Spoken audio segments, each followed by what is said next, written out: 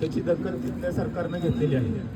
आणि असं अनेक देशांमध्ये हे प्रतिष्ठान पोचलेलं आहे. आणि या प्रतिष्ठानचं म्हणजे प्रसिद्धीसाठी न करता प्रत्येक कार्य करत असताना म्हणजे आपल्याला काय मिळालं. आज डॉक्टर नानासाहेब धर्माधिकारी यांच्या जयंतीनिमित्त सर्वच देशामध्ये स्वच्छता अभियान सुरू आहे. एका वेळी प्रत्येक ठिकाणी चालू आहे.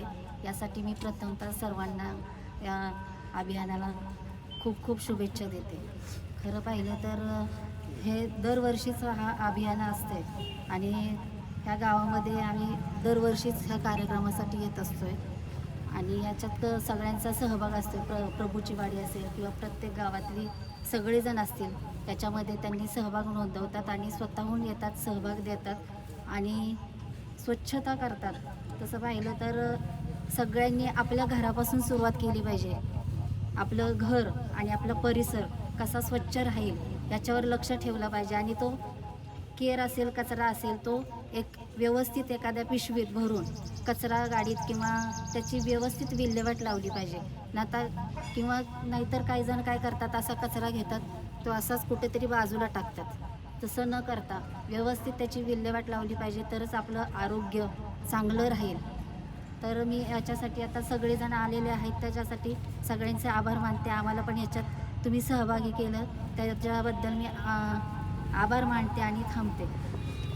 यांच्या 103व्या जयंतीच्या निमित्तानं आज या ठिकाणी उपस्थित जिल्हा परिषदेच्या सन्माननीय सदस्या गिरीताई, मेढानगरीच्या सन्माननीय नगराध्यक्ष रुपालीताई वारागडे, आमचे आरोग्य स्वच्छता सभापती सन्माननीय नितीनजी मगरे, नगरसेवक सन्माननीय धनंजयजी पवार, नगरसेविका जवळ madam, Gaikwad madam, Pawar madam, आमच्या आदरणीय दत्तात्रय अण्णा, आमचे नगरसेवक बापू जवळ, तसेच विलासबाबा जवळ, सुरेशजी पार्टे, सचिन जवळ, विद्याधर भोसले, सर्व सन्माननीय बैठकीतील सर्व सन्माननीय आपण अनुयायी, आज या बैठकीतील सर्वजण म्हणजे एक सांगावंसं असं वाटतं की आपल्या नानासाहेब धर्माधिकारी यांनी बैठकीच्या निमित्तानं कुठल्याही प्रकारची गाडी वाहन न देता रायगड जिल्ह्यातील त्यांच्या रेवदंडा या ठिकाणी 1 वर्ष सर्वांना नुसता निरोप दिला होता की आपण असा कार्यक्रम घेतो आहे. तर मला वाटतं त्याचं बाबा जगात रेकॉर्ड झालं होतं. 35 लाखापेक्षा जास्ती अनुयायी त्या ठिकाणी जमा झाले होते आणि आजपर्यंत मला वाटतं ते रेकॉर्ड कोणी मोडलेलं नाही. आणि डॉक्टर DY पाटील यांच्या वतीनं 2014ला आप्पासाहेब धर्माधिकारी यांना डॉक्टरेट पदवी बहाल करण्यात आली आणि भारत सरकारच्या वतीनं आप्पासाहेब धर्माधिकारी यांना भारतातला 4था पद्मश्री असा पुरस्कार प्रदान करण्यात आला. आणि त्याच्यानंतर 2022ला आप्पासाहेब धर्माधिकारी यांना आदरणीय गृहमंत्री अमितभाई शाह यांच्याकडनं महाराष्ट्रभूषण पुरस्कार देण्यात आला. आणि एका कुटुंबात मला वाटतं महाराष्ट्राच्या इतिहासात पहिलीच गोष्ट असेल की महाराष्ट्रभूषण नानासाहेब धर्माधिकारी यांना पण मिळाला आणि आप्पासाहेब धर्माधिकारी यांना पण मिळाला. म्हणजे एका कुटुंबात 2 वेळा महाराष्ट्रभूषण मिळण्याचं पहिलंच घटना म्हणावी लागेल. आणि या निमित्तानं या बैठकीमध्ये कुठल्याही प्रकारचा गाडी किंवा पैसे किंवा कुणाला कुठल्या प्रकारचं प्रलोभन न दाखवता निःशुल्क अशा प्रकारची सेवा या बैठकीच्या माध्यमातून, या प्रतिष्ठाच्या माध्यमातून केली जाते. आणि मला वाटतं मेढ्यातसुद्धा 5वं-6वं वर्ष असेल की मेढा शहरामध्ये सर्वत्र असा स्वच्छता अभियान राबवलं जातं. आणि या अभियानासाठी आपण सर्वांना मेढानगरीच्या वतीनं खूप खूप अशा शुभेच्छा देतो आणि आम्हाला त्यामध्ये सहभागी करून घेतलं त्याबद्दल संयोजकांचे आभार मानतो आणि थांबतो. जय हिंद, जय महाराष्ट्र. श्री नानासाहेब धर्माधिकारी यांचा आज वाढदिवस. तर डॉक्टर श्री नानासाहेब धर्माधिकारी प्रतिष्ठान यांच्यामार्फत आज त्यांच्या वाढदिवसानिमित्त महाराष्ट्रातच नाही तर जगभरात, देशविदेशात त्यांच्या वाढदिवसानिमित्त स्वच्छता अभियान राबवलं जातं. खरं पाहिलं तर देशाचे पंतप्रधान नरेंद्रभाई मोदी यांच्या माध्यमातून जे स्वच्छता अभियान चाललं आहे त्या अभियानाअंतर्गत महाराष्ट्रातून राज्यपाल दूत म्हणून माननीय श्री नानासाहेब धर्माधिकारी यांची निवड झालेली आहे. हे आपल्या महाराष्ट्रासाठी सगळ्यात म्हणजे महाराष्ट्राच्या शिरपेशात मानाचा तूर आहे.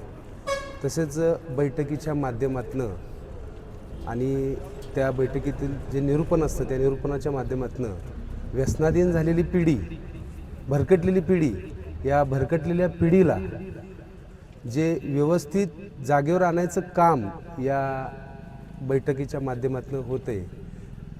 तसेच आज इथं जे आलेले स्वच्छता दूत आहेत ते प्रत्येक स्वच्छता दूत, काल आम्ही विचारलं की आमच्यातर्फे काय पाण्याची सोय किंवा नाश्ता, तर मला त्यांच्या जे साधक आहेत मेढ्यातले ते म्हणले आम्ही कुठलंच काही घेत नाही, आम्ही हे निस्वार्थीपणे काम करतो. त्यासाठी पहिल्यांदा मेढानगरीच्या वतीने या सर्व स्वच्छता दूतांचं मी आभार मानतो आणि त्यांचं मेढानगरीत स्वागत करतो. आणि या कामात आम्हाला मेढा हे गाव निवडलं त्याबद्दल मी समर्थ बैठकीच्या सर्व साधकांचं मी आभार मानतो आणि या कामाला आमच्या शुभेच्छा आहेत. आणि त्यांच्या पुढील कार्यात जर आमचा सहभाग आम्हाला जर देता आला तर 100% आम्ही सर्व मेढ्यातील सर्व नगरसेवक, आमची ज्येष्ठ मंडळी यांच्या माध्यमात ते पुढं असतील, आम्ही सर्व मागं असू हा शब्द देतो आणि माझे 2 शब्द सांगतो.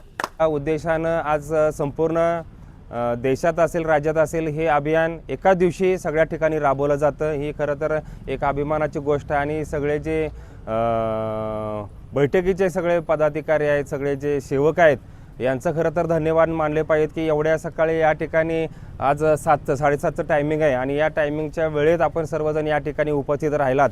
आज या ठिकाणी आमचे मेढा आणि मेढा परिसरातील जे काही या कार्यक्रमाच्या निमित्तानं स्वच्छता होणार आहे त्याबद्दल या कार्यक्रमाच्या निमित्तानं आपल्या सर्व सेवकांना आजच्या कार्यक्रमाच्या निमित्तानं मी शुभेच्छा देतो. आणि हे कार्य खरं तर एक उत्तम कार्य, देवकार्य आहे. जसं आपण देवाची पूजा करतो त्याप्रमाणे जसं ही एक स्वच्छता एक समाजाची सेवाच आहे, म्हणजे एक स्वच्छता एक देवाची सेवा आहे. गाडगेबाबांनी सांगून ठेवलेलं आहे, जर समाज आणि समाजाचा परिसर आणि गाव स्वच्छ असेल तर खरोखर गावाचं आरोग्य चांगलं राहील आणि गावाची प्रगती होईल. हे गाडगेबाबांनी जे सांगून ठेवलेला आहे संदेश आहे त्याप्रमाणे आपण सगळेजण कार्य करतात. आपल्या या कार्यात सर्वांना शुभेच्छा देतो आणि या कार्यक्रमात आम्हाला सहभागी होण्याचा लाभ मिळाला त्याबद्दल धन्यवाद मानतो.